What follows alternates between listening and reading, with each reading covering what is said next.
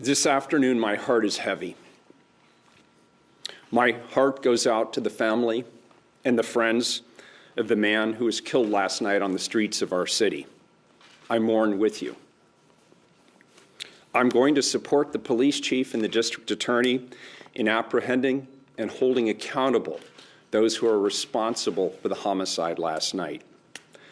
I stand here with the police chief and the district attorney to again denounce the violence. The tragedy of last night cannot be repeated. All of us must take a stance against violence. And it doesn't matter who you are or what your politics are, we have to all stop the violence. For those of you saying on Twitter this morning that you plan to come to Portland to seek retribution, I'm calling on you to stay away. You, of course, have a constitutional right to be here, but we're asking you to stay away and work with us to help us de-escalate this situation. And Portlanders, I'm asking all of us to do our part too. One death is one death too many. Join me in denouncing all violence. Let's pull together in the name of peace and humanity.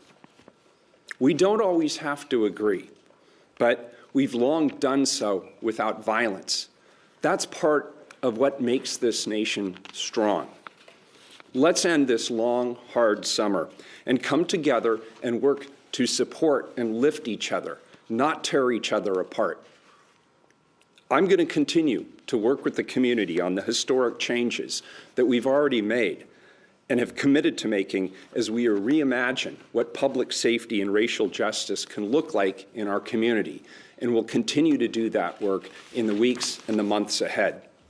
There's so much work to do, and I'll be intentionally engaging the public as we proceed to engage in that hard work together. Yesterday's events began with hundreds of cars filled with supporters of the president, rallying in Clackamas County and then driving through downtown Portland. They were supported and energized by the president himself. President Trump, for 4 years, we've had to live with you and your racist attacks on black people. We learned early about your sexist attitudes towards women. We've had to endure clips of you mocking a disabled man. We've had to listen to your anti-democratic attacks on journalists. We've read your tweets slamming private citizens to the point of receiving death threats. And we've listened to your attacks on immigrants. We've listened to you label Mexicans rapists. We've heard you say that John McCain wasn't a hero because he was a prisoner of war. And now you're attacking Democratic mayors and the very institutions of democracy that have served this nation well since its founding. Do you seriously wonder, Mr. President, why this is the first time in decades that America has seen this level of violence? It's you who have created the hate and the division. It's you who have not found a way to say the names of black people killed by police officers, even as people in law enforcement have. And it's you who claimed that white supremacists are good people. Your campaign of fear is as anti-democratic as anything you've done to create hate and vitriol in our beautiful country. You've tried to divide us more than any other figure in modern history. And now you want me to stop the violence that you helped create. What America needs is for you to be stopped so that we can come back together as one America while recognizing that we must demand that all people, black, brown, white, every color, from every political persuasion, pull together and hold all people accountable in stopping racism and violence, and we together are peaceful again under new leadership that reflects who we really are, we the people of this great nation. President Trump, you bring no peace. You bring no respect to our democracy. You, Mr. President, need to do your job as the leader of this nation. And I, Mr. President, will do my job as the mayor of this city. And we will both be held accountable, as we should. I'm also calling out every other elected official in Oregon to join me, not only in defeating racism, but also in helping me to stop the violence, as we are and will continue to be held accountable by all of our residents. Today, we need to decide who we are and where we want to go from here. Don't let this be the spark that sets off an acceleration of hostilities in our beautiful city. Those are not our values.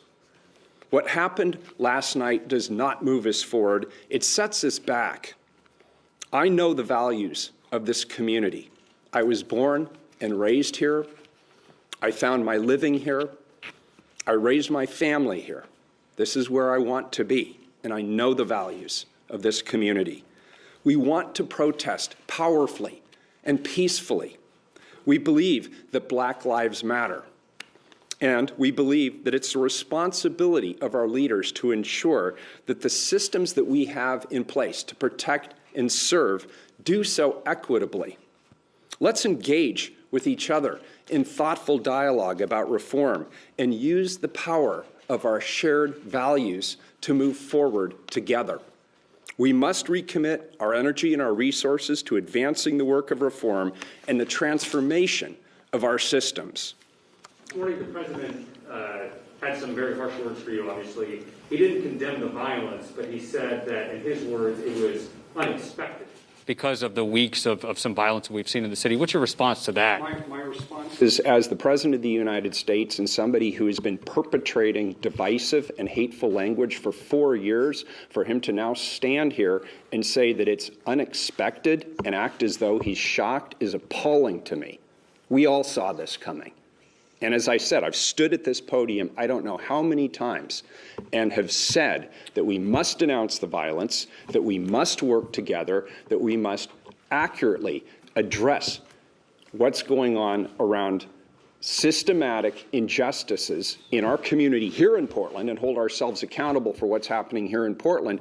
But the President has a role to play in this as well, in acknowledging and understanding those systematic injustices nationally. And the tweets that he's been putting out in the last 48 hours, attacking Democratic mayors, attacking those who are trying to bring resolution to the violence in their local communities. He has an opportunity to uplift us and bring us together and help us move through this difficult situation in our nation's history, and instead, he chooses to play petty politics and divide us. That's my reaction. So I'm going to do the work that I need to do here in my local community with my local officials to take accountability for what's happening on our streets. And I'd appreciate that either the President support us or he stay the hell out of the way. And just to follow up what you hear you saying was that because of The violence, he's not surprised that there would be this other group coming in. What's your response to that? Well, of course he's not surprised. He encouraged them to come into our community. And previously, he has actually encouraged or at least tacitly approved of violence. And so I'm not surprised in the slightest. I'm surprised if he would be surprised by this. There's an olive branch opportunity here for all of us. We need to reset. The President needs to reset. I need to reset. This community needs to reset, and America needs to reset. And it's going to take his leadership in the White House, and it's going to take my leadership here in City Hall to get it done. And so I'm saying, let's end this summer. Let's end the violence. Let's commit to that. Is that something we can all agree on, that we are done with the violence? And now let's do the hard work of acknowledging, of hearing, and understanding the pain and the suffering and the fear and the anxiety that exists in this nation around the COVID crisis, which the President initially seemed to be ignoring or poo-pooing, and the economic crisis, which is now resulting, causing so many Americans economic stress and strain, and now the work that we have to do in our communities across this nation in the wake of the murder of George Floyd. I'm up to that challenge, and I hope the President is too. And I'm ready to reach across any aisles I need to reach across, any political divides that I need to cross in order to bring us back together. Somebody's got to do it. I'm committed to it. I know my colleagues on the Portland City are committed to it. I'd like to hear the President of the United States say he's all in. Let's bring this great nation back together. I'm not sure how you specifically, operationally, can prevent this. And keep in mind, it's no secret to anybody that I personally am not a Trump supporter, but I will defend to the death the right of a Trump supporter to stand outside my apartment and non-violently demonstrate in support of their candidate. That's core to American democracy, is that right to demonstrate freely without the fear of retribution. So when people say they want to come into the city in a caravan supporting their presidential candidate, we cannot tell them no. They have constitutional rights to be here, rights which I embrace and support. The violence, however, is the problem. And so what I'm asking people right now, knowing what happened last night, is if you're thinking you're going to come back into our city from somewhere else to seek retribution, I'm telling you to stay away. Work with us. Help us de-escalate this situation. One death is too many. We don't want other people to die. So that's what I'm asking people from outside to do. What I'm asking all of us as Portlanders to do is do our part too. Let's not take the bait. Let's not engage. And if you see people doing things that look violent or destructive, say something, do something. Don't just be passive. Because ultimately, when we see examples of violence, that undermines our democracy. This democracy is dependent upon us having differences of opinion and being able to vet differences of opinion and being able to have uncomfortable conversations without resorting to violence. So I've asked the president to do his part. I will do my part too. We both have an important role to play. We will both be held accountable.